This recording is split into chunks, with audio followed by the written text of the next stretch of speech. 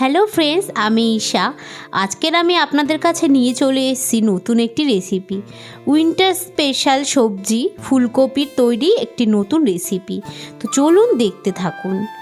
আমি এখানে ফুলকপির কাটলেট বানাবো, তাই আমি এখানে দেখুন আলু আর ফুলকপিটি সেদ্ধ করে নিচ্ছি। ফুলকপি এবং আলুটি ভালো মতন 90%ই সেদ্ধ করে নিতে হবে। দেখতেই পাচ্ছেন আমার এখানে ফুলকপিটা সেদ্ধ হয়ে গেছে। আমি এবার ফুলকপি আর আলুটি একটা পাত্রে তুলে রাখবো।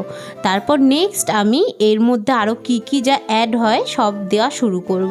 দেখতেই পাচ্ছেন আমি একটা কড়াই বসিয়ে নিয়েছি গ্যাসে, তেলও গরম করে নিয়েছি। আমি এখানে সাদা তেল ইউজ করেছি, আপনারা চাইলে সরষের তেল দিয়েও করতে পারেন। এবার এর মধ্যে আমি দিয়ে নেব পরিমাণ মতন পেঁয়াজ কুচি।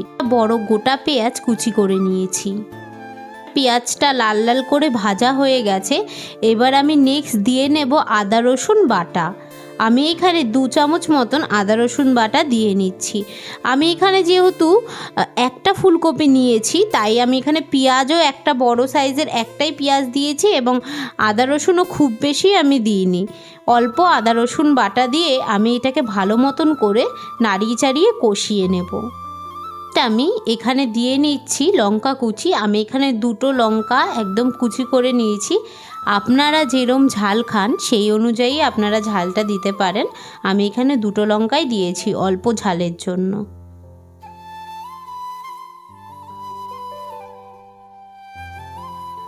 এখানে লঙ্কাগুলোকে দিয়ে আমি ভালো মতন ভেজে নিয়েছি। এরপর আমি নেক্সট এর মধ্যে অ্যাড করব জিরা, ধনে এবং হলুদ গুঁড়ো।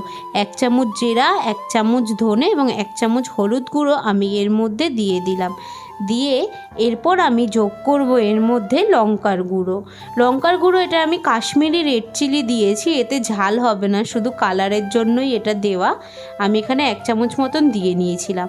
এইবার আমি এখানে অ্যাড করছি পরিমাণ মতন লবণটা কিন্তু প্রথমে অল্পই দেবেন, কারণ এই পুরটার ভেতরে নুন যদি বেশি হয়ে যায় তাহলে কিন্তু খেতে ভালো লাগবে না। আলু ফুলকপি সেদ্ধর সময় অবশ্যই আপনারা কিন্তু নুন দিয়ে সেদ্ধ করবেন। এবার দেখতেই পাচ্ছেন আমি এখানে ভালো মতন করে কষিয়ে নিয়েছি। কষানোর সময় আমি অল্প পরিমাণে একটু জল দিয়েছিলাম, নালে মশলাটা না কড়াইয়ের মধ্যে লেগে যাচ্ছিল।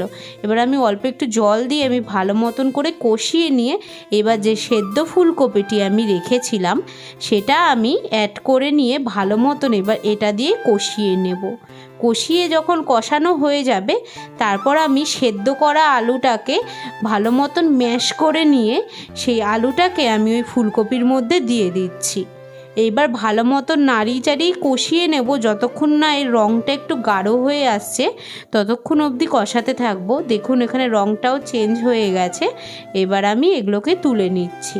তুলে এবার আমি এক এক করে তৈরি করব কাটলেট। যদি এরম নিত্য নতুন রেসিপি প্রতিদিন দেখতে চান এবং শিখতে চান তাহলে আমার এই ভিডিওটিকে অবশ্যই লাইক ও কমেন্টস করবেন এবং ইউটিউব থেকে দেখে থাকলে চ্যানেলটিকে সাবস্ক্রাইব করে রাখবেন এবং ফেসবুক পেজ থেকে দেখে থাকলে ফেসবুক পেজটিকে অবশ্যই ফলো করে রাখবেন। দেখতে পাচ্ছেন একটা বাটির মধ্যে পুর নিয়ে নিয়েছি আর নিয়ে নিয়েছি ব্রেড ক্রাম্বস আর নিয়েছি কর্নফ্লাওয়ার গুলিয়ে ভালো মতন করে নিয়েছি। এইবার আমি এইখানে ওই পুরগুলোকে গোল শেপ দেব, দিয়ে কর্নফ্লাওয়ারের মধ্যে চুবিয়ে তারপরে এই ব্রেড ক্রাম্বসের মধ্যে ভালো মতন দিয়ে চেপে তারপর আমি এই কাটলেটগুলোকে তৈরি করে নিয়েছি। এবার তেলও দিয়ে নিয়েছি কড়াইতে, তেল গরম হয়ে গেছে। এবার এক এক করে কাটলেট আমি ছেড়ে দিয়ে ভাজতে থাকবো। হালকা আঁচে ভাজবো, বেশি আঁচ দেব না। হালকা আঁচে ভাজতে এপিট ওপিট পাল্টে ভাজতে হবে, খুব সাবধানে যাতে ভেঙে না যায়। আর অবশ্যই পুরটা তৈরি করার সময় মনে রাখবেন যে পুরটা যাতে বেশি পাতলা না হয়, টাইট যাতে হয়। দেখুন এখানে আমি ভেজে নিয়েছি কাটলেটগুলো। এই দেখুন কাটলেট আমার তৈরি হয়ে গেছে। কতটা দেখতে লোভনীয় লাগছে। শীতকালে মোটামুটি সবার বাড়িতেই ফুলকপি অ্যাভেলেবেলই থাকে। আপনারা চাইলে সন্ধ্যাবেলায় বানিয়ে নিতে পারেন এরম কাটলেট, খেতে অবশ্যই ভালো লাগবে।